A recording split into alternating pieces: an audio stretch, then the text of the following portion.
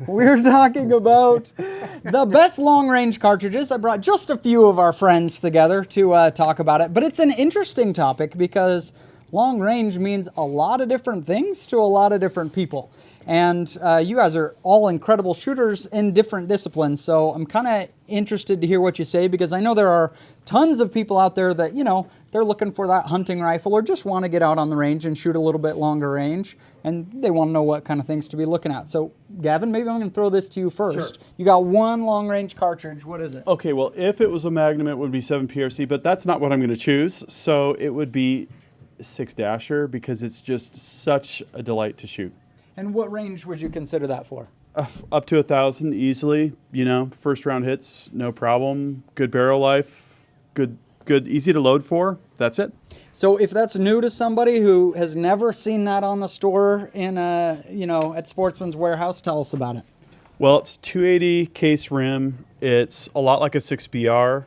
It's got a little bit different case capacity. 6GT is like a stretch limo version of that. That's another one of my favorite cartridges, but I know the load's better for 6 Dasher. So about 108, 105, 107 grain bullet, you know, really versatile.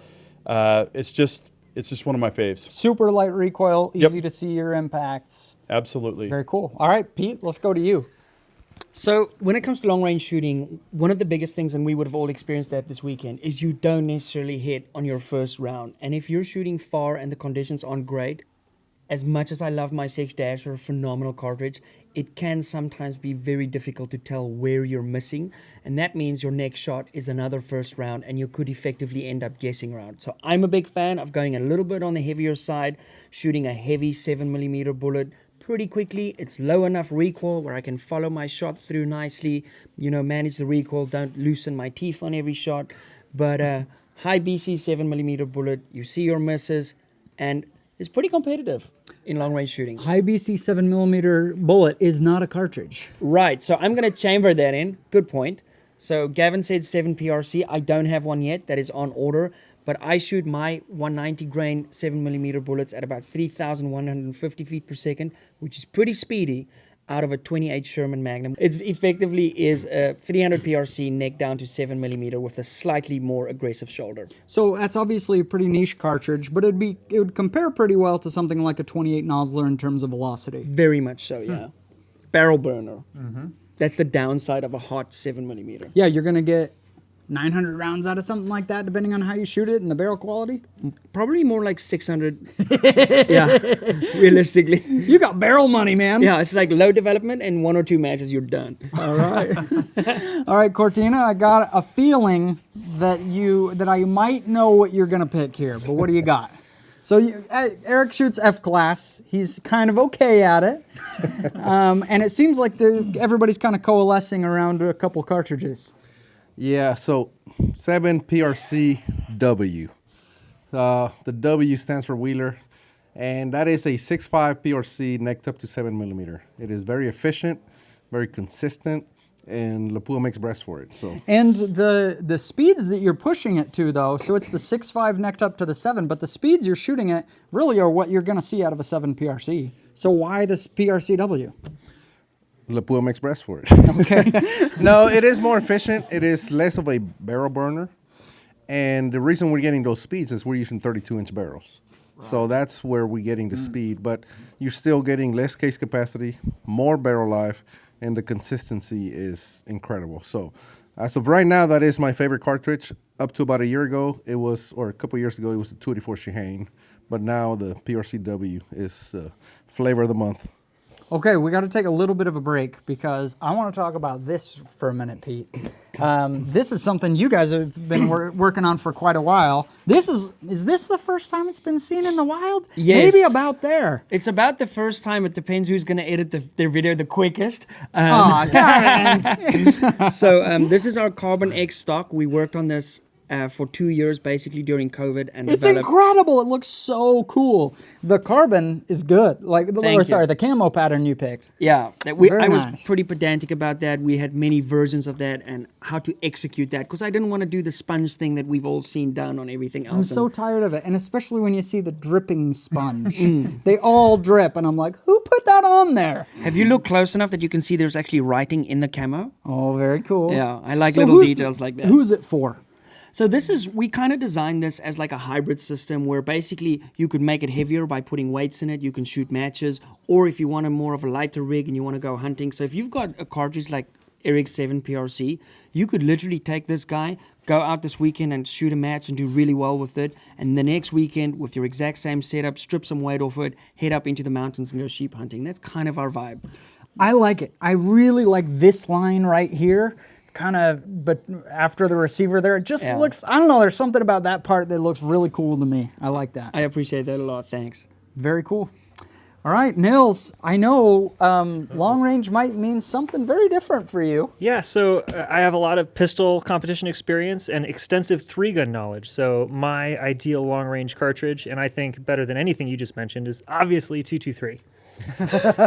You'll easily shoot out to 400 or 500 yards, very consistent, very predictable. You might get kicked around a little bit with your wind, but that's what I consider long range. These guys are kind of in a league of their own, so I'll leave the experienced shooters to their special calibers. You know, it's a valuable perspective though, because I hear all the time from people that say like, man, for me, 250 yards is a long shot because there's not even a range near me that I can shoot further than that.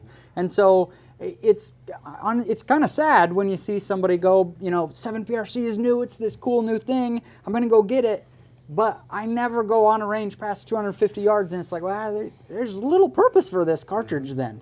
And so I appreciate that Yeah, perspective. That's exactly, good. and it's way less expensive, right? So to be able to put a couple hundred rounds together and go to the range for under $200 worth of ammunition, it's definitely something to consider. Can I say something? I think what should be sort of agreed upon is what exactly is long range, right? It's cartridge specific. We were shooting long range 9 We will millimeter never this weekend. agree on that. Exactly, yes. But if you're shooting a 22 rimfire at 300 yards, that is the same as shooting a 6.5 PRC at 1,000 yards. That's so what you have and your use case is very much dependent on is that long range for you. I got to say something as well. So 223 bolt guns, when you weigh them down, are some of the most fun guns to shoot. I was talking with Brian Litz about the whole energy overweight, ratio. And if you want to shoot accurately and have fun with it, a real heavy light recoiling gun is super awesome. And the versatility, to go from just cheap ammo all the way up to something really expensive, match quality, 77 grain, whatever. Just the sheer versatility of the 223, I've been really, really surprised about. Absolutely. I have a little bit different perspective too. All these guys up here talking about all these ching chang whiz bangs that you can't even find in a store. So I have a little bit different perspective. Besides 223, but that doesn't count as long range. That's not going to kill an elk at 600 yards, so that doesn't count. If you shoot it enough, but that's So not I human. talked to a lot of people that asked me literally the same question. I've got the PRCs, 300, 65, 7 millimeter. Those are awesome. But my favorite is 7 millimeter mag. Same thing. High BC bullets carry plenty of energy out to 500-600 yards that will drop an elk ethically, safely. I've got 2 7 mags that'll put them in the same hole. A Sacco and a cheap Remington, just like any other rifle. Once you find the ammo and 7 millimeter mag. is a little bit better. I understand that. Out past 1,000 yards, the 7 PRC will smoke the mag. I think we had that discussion before, but how many people shoot past 1,000? Probably like 2% or less of the population. So y'all's perspective is just irrelevant. So and don't forget, if you kill it, you have to go get it. That's that right. is true. Someone's Or got to have a lot hike of out buddies. there. Yep, 7 mag. That's Now me. that is interesting how much 77777 we hear in this I was conversation. going to point that out. There's a lot of 7 millimeters. Yeah, and there's a reason. Like when you look at, equivalent magnumness of cartridges in all of the different calibers, 7 just stands way out. If we're talking about that 1,000 yards plus, for you're making a 500 yard shot, it's not going to matter a whole lot. but at that 1,000 yards and plus, there's something about 7. When I used to hunt down in South Texas, deer hunt, 708 was my favorite. Oh, nice. 500 yards and in. And then for the little bit longer shots, I had 280 Ackley improved. So it's always been a 7. Yep. And 708 was one of my favorites back then. Well, you guys, thanks for participating in this video. It's fun to spend a couple days with you. And that means it's time to wrap it up. Nice. Thanks, guys. Thanks, Jim. 223. What the hell?